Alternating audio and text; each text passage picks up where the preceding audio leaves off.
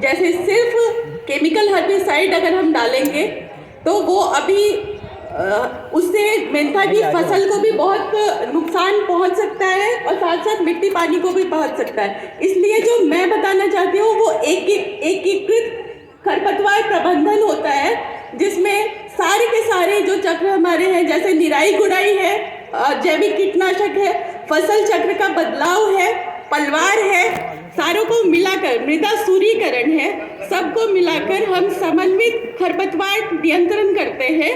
उसमें मैं पहले आपको ये बताना चाहूँगी कि खरपतवार से मेंथा में कितना नुकसान हो सकता है। तो काफ़ी शोध हुआ है इस पर और ये पाया गया है कि चूंकि मेंथा में खरीफ और रबी दोनों के खरपतवार पाए जाते हैं, चौड़ी पत्ती वाले और संकरी पत्ते वाले, तो इसलिए मेंथा की फसल जो है, क्योंकि बार बार उसमें सिंचाई होती है, तो खरपतवार दोनों ही सीजन के आते हैं। इसलिए हम क्या करते हैं कि उससे मेंथा को 40 से 60% तक अगर हम खरपतवार का नियंत्रण ना करें तो नुकसान हो सकता है। अमूमन अगर कृषि में सारी फसलों को देखें तो 37% का नुकसान खरपतवार से होता है। और ये कैसे होता है? क्योंकि जो पोषक तत्व होते हैं, जो प्रकाश होता है और पानी और स्थान के लिए खरपतवार जो है फसल से कंपटीशन करते हैं, प्रतिस्पर्धा करते हैं। हमें इस प्रतिस्पर्धा के चक्र को तोड़ना है। किसी भी फसल का 1/3 जो हिस्सा होता है अवधि, जैसे अगर 90 दिन की मेंथा की फसल है तो शुरुआत का जो 35 दिन है, शुरुआत का रोपनी के बाद 35 से 40 दिन का जो अवधि है, उस समय हमें खरपतवार को सबसे अच्छा नियंत्रण करना होता है ताकि हमारा आर्थिक नुकसान ना हो। इसके लिए जब हम अगर हम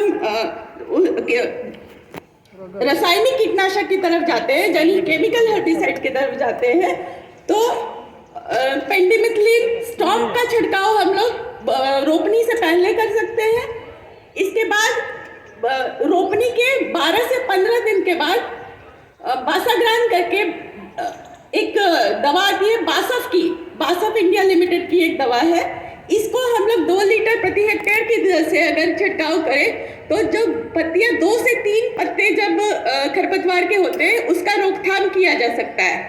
इसके अलावा 2 बार निराई गुड़ाई, जैसे 35 से 40 दिन तक आप एक बार निराई गुड़ाई करें और उसके बाद फिर दूसरी निराई गुड़ाई, कीटनाशक ना छिड़के तो दूसरी निराई गुड़ाई कर सकते हैं। पर निराई गुड़ाई में क्या है, सबको पता है कि लेबर कॉस्ट ज़्यादा बढ़ गया है, तो फिर हमें उससे बचने के लिए रासायनिक कीटनाशक और निराई गुड़ाई का एक समन्वित चक्र बनाना चाहिए।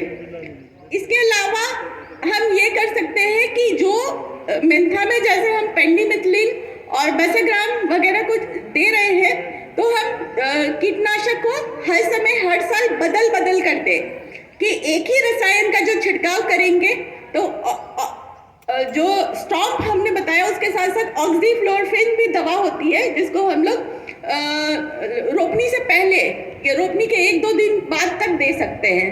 तो इन तीनों दवाइयों को हम लोग बदल के देंगे तो ये जो खरपतवार है इन दवाइयों से रेजिस्टेंट नहीं बनेंगे। इसके अलावा अगर मेंथा, जैसे कि यहाँ सीमाप की जो टेक्नोलॉजी है, अगेतीमिन टेक्नोलॉजी, उसमें वो अगर आप करते हैं तो उससे भी खरपतवार का बहुत अच्छा नियंत्रण होता है। क्योंकि खुला पानी देंगे, खाद जरूरत से ज़्यादा देंगे तो खरपतवार को खाने पे बहुत भोजन भी मिलेगा, पानी भी मिलेगा, तो उसकी प्रतिस्पर्धा, फसल नीचे रह जाएगी, आपके खरपतवार ऊपर बढ़ जाएंगे। तो खाद उतनी मात्रा में देनी चाहिए जितना डॉक्टर साहब ने बताया है, और अगेतीमिन टेक्नोलॉजी से खरपतवार का भी नियंत्रण बहुत अच्छा होता है। इसके अलावा पलवार विधि जो है, पलवार यानी कि जैविक मल्चिंग भी आप कर सकते हैं। अगर आप थोड़े से सशक्त हैं तो प्लास्टिक मल्चिंग भी कर सकते हैं। नहीं तो आपका जो धान का पुआल निकलता है या किसी तरह का पुआल निकलता है, आप उसको बिछा दें। मल्चिंग से क्या होता है कि खरपतवार के बीज नीचे रह जाते हैं, उनको रोशनी नहीं मिलती है, प्रकाश के अभाव में कभी भी खरपतवार का बीज ऊपर नहीं आ पाएगा। इसके अलावा जो सबसे कारगर जैविक तरीका है वो है सॉइल सोलराइजेशन, मतलब मृदा सूर्यीकरण।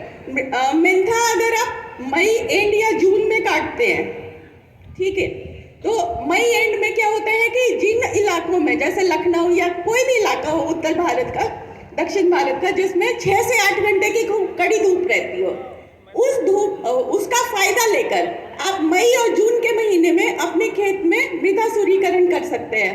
मतलब खेत में एक पतली व्हाइट पॉलीथीन की शीट बिछा देंगे। उससे क्या होगा कि 8 से 10 डिग्री टेम्परेचर आपके मिट्टी का बढ़ जाएगा। जब मिट्टी का टेम्परेचर बढ़ जाएगा तो जो सीड बैंक होते हैं, वीड सीड बैंक, मतलब जो हमारे खरपतवार का बीज रहता है वो अंदर में काफी जीवित रहता है। तो वो जब हम प्लोइंग करते हैं तो वो क्या होता है, वो ऊपर आ जाता है। हवा और नमी पाके वो प्रकाश पाके फिर से उगाता है दूसरी फसल में। उसको तोड़ देंगे, मृदा सूरीकरण से वो नीचे दब के मर जाएगा। वीड सीड बैंक हमारा कम से कम होता जाएगा। इसलिए यह सलाह दी जाती है कि मेंथा की फसल के बाद आप कम से कम 2 वर्ष में मृदा सूरीकरण की विधि को अपनाएं और अपना फसल चक्र बदले। मेंथा में जो खरपतवार होते हैं वो खरीफ वाले भी होते हैं और रबी वाले भी होते हैं। तो जब आप क्या करेंगे, फसल चक्र में हर 3 साल में फसल चक्र में बदलाव करेंगे तो जो वीड जो बार बार आ रहे हैं उसका चक्र टूटेगा। जैसे अगर आप धान लगा रहे हैं, आलू लगा रहे हैं और फिर मेंथा को लगा रहे हैं, तो आप इस चक्र में भी कभी बदलाव करेंगे कि किसी एक फसल में दूसरी फसल को लगा सकते हैं। और अंतर वर्गीय फसल यानी कि अगर इंटरक्रॉपिंग करेंगे उससे भी खरपतवार का नियंत्रण होता है।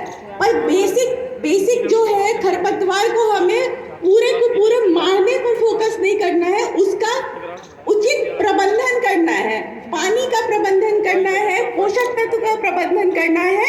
और फिर अगर इन दोनों का प्रबंधन हमारा अच्छा होगा तो निश्चित रूप से हमारा खरपतवार का प्रबंधन भी अच्छा होगा।